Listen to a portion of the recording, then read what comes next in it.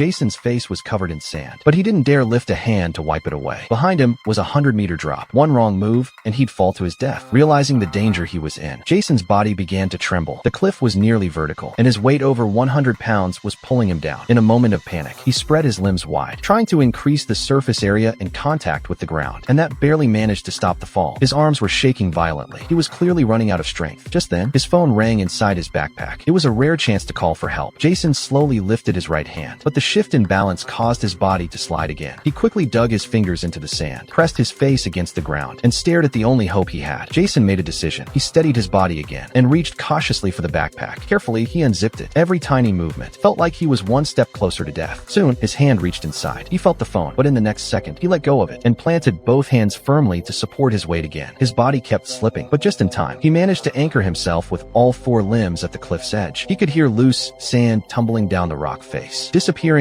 into the ravine below. Jason was terrified. Instinctively, he looked down. He gripped the sandy cliff with all his might. Below, the waves crashed violently against the rocks. And then he had a bold idea. He began counting. When he reached 9, a wave slammed into the cliff. To be sure he wasn't wrong, he repeated the count a dozen times. After several rounds of confirming the wave timing, Jason suddenly turned and leapt. He fell straight into the sea and survived.